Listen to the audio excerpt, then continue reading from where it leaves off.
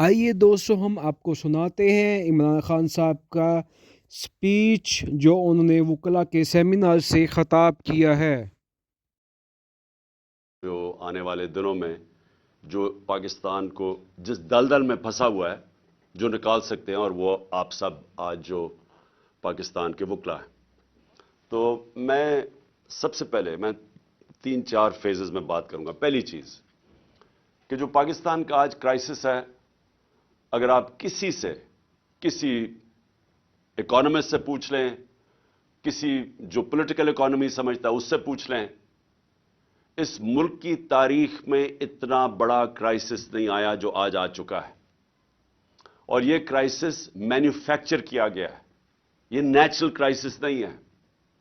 یہ ایک آدمی نے فیصلہ کیا رجیم چینج کرنے کا، سازش کی، اور بھی لوگ ہوں گے اس کے سامنے، لیکن ایک آدمی کے فیصلے کی وجہ سے یہ گورنمنٹ گرائی گئی اور یہ کرائسس شروع کیا گیا اور آج ادھر پہنچ گیا ہے جدھر میں صرف آپ کو بتاتا ہوں کہ ہم آج کدھر پھنسے ہوئے ہیں۔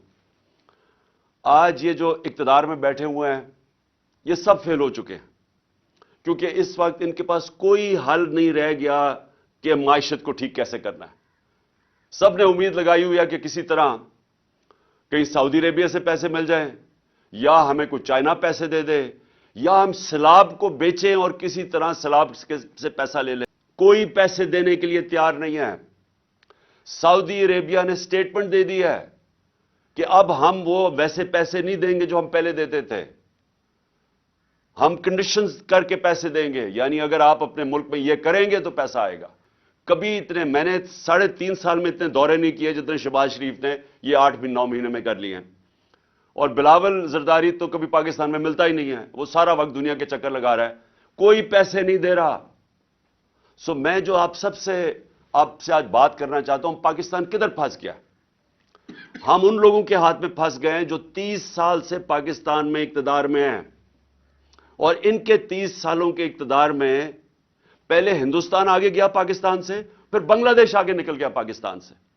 آپ سب کو پتا ہونا چاہیے کہ ڈاکٹر عشرت حسین اپنی کتاب میں لکھتے ہیں کہ 90 کی دہائی تک پاکستان کے سارے اکنامک انڈیکیٹر سارے بر صغیر میں سب سے آگے تھے۔ جب سے یہ 2 خاندان آئے ہیں، ان کی دولت میں مسلسل اضافہ ہوتا گیا، یہ پاکستان کے امیر ترین خاندان بن گئے ہیں اور ان کا پیسہ باہر پڑا ہے۔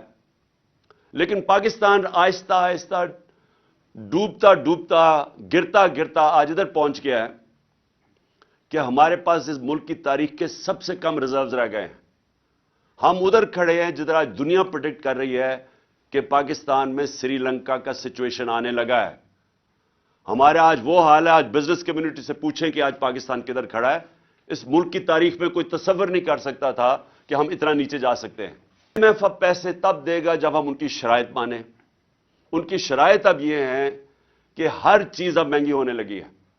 اگر ہم شرائط مانتے ہیں تو اگر آج 50 سال میں سب سے زیادہ مہنگائی ہے تو ان کی شرائط مانگیں گے تو یہ مزید اور مہنگائی 50% اور بڑھ جائے گی۔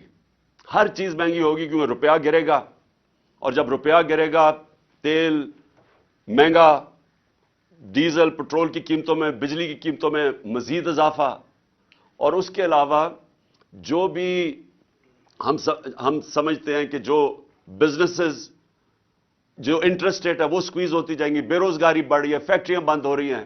اس لیے جدھر آج ہم کھڑے ہیں، میں اب آپ سب کے سامنے کہنا چاہتا ہوں کہ صرف ایک طریقہ ہے نکلنے کا، اور باقی چیزیں آپ کئی کر سکتے ہیں، لیکن سب سے پہلے ایک طریقہ ہے،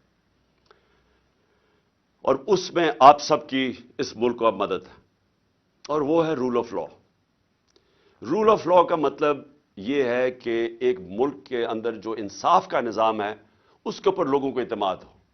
اس ملک میں کمزور اور طاقتور کے لیے ایک ہی قانون ہو، اس کو رول آف لا کہتے ہیں۔ میرے نبی صلی اللہ علیہ وسلم نے مدینہ کی ریاست میں، اور یاد رکھے ہمیں حکم ہے اللہ کا کہ ان کی سنت پہ چلو، ان کی زندگی سے سیکھو۔ کیوں اللہ نے حکم کیا تھا؟ کہ ان سے بڑا کوئی کامیاب انسان آیا ہی نہیں ہے، اس دنیا میں نہ آ سکتا ہے۔ اور انہوں نے جو ریاست قائم کی تھی، یہ یاد رکھیں کہ وہ جو ریاست قائم کی تھی وہ اس میں 627 میں جنگ خندق تھی جدھر مسلمان بال بال امہ بچی، اور اس کے 10 سال کے بعد 2 سپر پاورز رومن امپائر اور پرشین امپائر ان کے سامنے گھٹنے ٹیک گیا 10 سال کے بعد. یہ تاریخ کی فیکٹ بتا رہا ہوں. تو انہوں نے چینج کیا تھا، ایک ان لوگوں کی جن کی حیثیت نہیں تھی ان کو ورلڈ لیڈرز بنا دیا تھا، دنیا کی امامت کی تھی. اور یہ تاریخ میں ہے. سب سے عظیم سیویلائزیشن بنا تھا، ہر سائنسز میں انہوں نے لیڈ کیا تھا. تو انہوں نے جو سب سے پہلے مدینہ کی ریاست میں چیز قائم کی تھی، رول آف لا، انصاف قائم کیا تھا، عدل اور انصاف. کہ میری بیٹی بھی اگر چوری کرے تو اس کو سزا ملے گی. تمہارے سے پہلے قومیں تباہ ہوئی جو تو طاقتور کے لیے ایک قانون اور کمزور کے لیے دوسرا. یہ ہے میرے پاکستان کے وکیلوں، یہ ہے پاکستان کا سب سے بڑا مسئلہ. اس کے ساتھ جڑی ہوئی ہے معیشت. پہلے انصاف آتا ہے پھر خوشحالی آتی ہے. پاکستان یہاں اس لیے نہیں گرا کہ ہمارے پاس وسائل کی کمی ہے یا انصاف کی کمی ہے.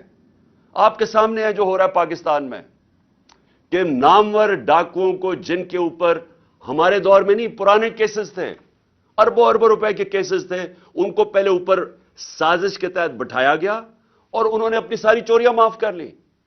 مجھے بتائیں دنیا میں مجھے کوئی ایک، اور مجھے اللہ نے موقع دیا کرکٹ کے ذریعے 20-25 سال ساری دنیا میں نے دیکھی ہے، برطانیہ میں کرکٹ کھیلا، ان کا سسٹم دیکھا.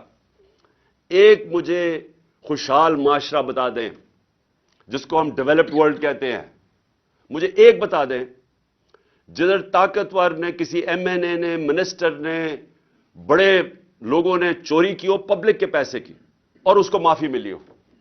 ایک مجھے ملک بتا دیں جس کو این آر او دیا ہو انہوں نے. تو ہم تو وہ کر رہے ہیں کہ ہمارے 1500 سال پہلے نبی صلی اللہ علیہ وسلم نے کہہ دیا تھا کہ اگر طاقتور چوری کرے گا اور اسے نہیں پکڑو گے اور صرف کمزور کو جرم میں پکڑو گے تو ملک تباہ ہو جائے گا. آپ کے سامنے اب حالات ہیں. دیکھیں انصاف کا جو نظام ہوتا ہے، جس طرح نیلسن منڈیلا نے کہا کہ اگر آپ نے غربت کم کرنی ہے تو انصاف قائم کرو. نیلسن منڈیلا کہہ رہا ہے. یہ تو میرا سب کے لیے کہ ہمارے ملک میں وہ نظام جدھر اعظم سواتی کو، یعنی ایک سینیٹر کو ایک ٹویٹ کرنے پہ، اور سچی ٹویٹ جو ایک پولیٹیشین کا کام ہے کرنا، میرا کام ہے کہ اگر پبلک کا پیسہ چوری ہو رہا ہو تو میرا کام ہے اس کے اوپر آواز بلند کرنا. تو وہ این آر او 2 کہتا ہے کہ جنرل باجوہ نے دیا ہے، اس کے اوپر اس کے پوتے اور پوتیوں کے سامنے تشدد کیا گیا صبح کے 3 بجے، ان کے سامنے ننگا کر کے باہر میں لے جا کے اس کو مارا گیا، ظلم کیا گیا اس کے اوپر. اس کے بعد پھر اس کے اوپر 30 کیسز کیے گئے. میں اپنا کیس ایف آئی آر نہیں رجسٹر کروا سکا، لیکن اس کے اوپر سارے پاکستان میں، کوئٹہ میں، سندھ میں، کوئٹہ کی سردی کے اندر ایک کمبل کے ساتھ اس کو رکھ دیا. یعنی ایک 75 سال کے آدمی سے ایک ٹویٹ کے اوپر یہ ہوا ہے. اس کا مطلب کہ وہ اتنا بڑا فرعون تھا کہ اس ملک میں وہ اتنا قانون سے اوپر تھا کہ آپ اس کی تنقید نہیں کر سکے. ساری مغرب میں پاکستان کی بدنامی ہوئی، سارے اخباروں کے اندر آیا کہ پاکستان کے سینٹ کو اس طرح کیا گیا، کسٹوڈیل ٹارچر کی گئی. اس سے پہلے شہباز گل، پھر یہ جو ارشد شریف سے ہوا. تو یہ تو ہماری لیگل کمیونٹی کی سب سے پہلے ذمہ داری تھی کہ ہم اس کے اوپر سٹینڈ لیں. اور میں آج آپ کو کہہ رہا ہوں کہ یہ اب پاکستان جدھر آ کے کھڑا ہو گیا، اللہ نے ہمیں چیلنج کر دیا، یا تباہ ہو یا اپنے آپ اپنی اصلاحات کرو، یا اس ملک میں انصاف کا نظام لے کے آؤ، رول آف لا، نہیں تو بربادی ہے تمہاری. کوئی پیسے دینے کے لیے تیار نہیں ہے. ابھی شہباز شریف کی ویڈیو ذرا دیکھیں، سارے ہندوستان کے چینلز پہ چلی ہے کہ جی ہندوستان سے تو جی بڑا، ہمارے سے بڑی 3 ہم نے جنگیں لڑی اور ہمیں مار پڑ گئی، ہمیں تو دوستی کرنی چاہیے، ہمیں تو جناب ہم نے تو اپنا سبق سیکھ لیا ہے. یعنی یہ اس ملک ہم گر گئے ہیں کہ ملک کا وزیر اعظم ہندوستان، جس نے کشمیر کے اوپر ظلم کیا ہے، جس نے کشمیریوں کا جو انٹرنیشنل کمیونٹی نے رائٹ دیا تھا، رائٹ آف سیلف ڈٹرمنیشن، وہ نہیں دیا اور پھر اسٹیٹ ہوڈ ان کی لے لی ہے. اور ہمیں وہ جا کے کہہ رہا ہے کہ جی ہندوستان سے ہمیں تو بڑی دوستی کرنی چاہیے.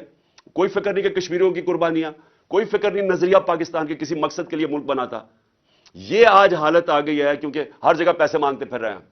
اپنا پیسہ ان ساروں نے باہر رکھا ہوا ہے اور دوسروں کو کہہ رہے ہیں جی پاکستان میں پیسہ بھیجو.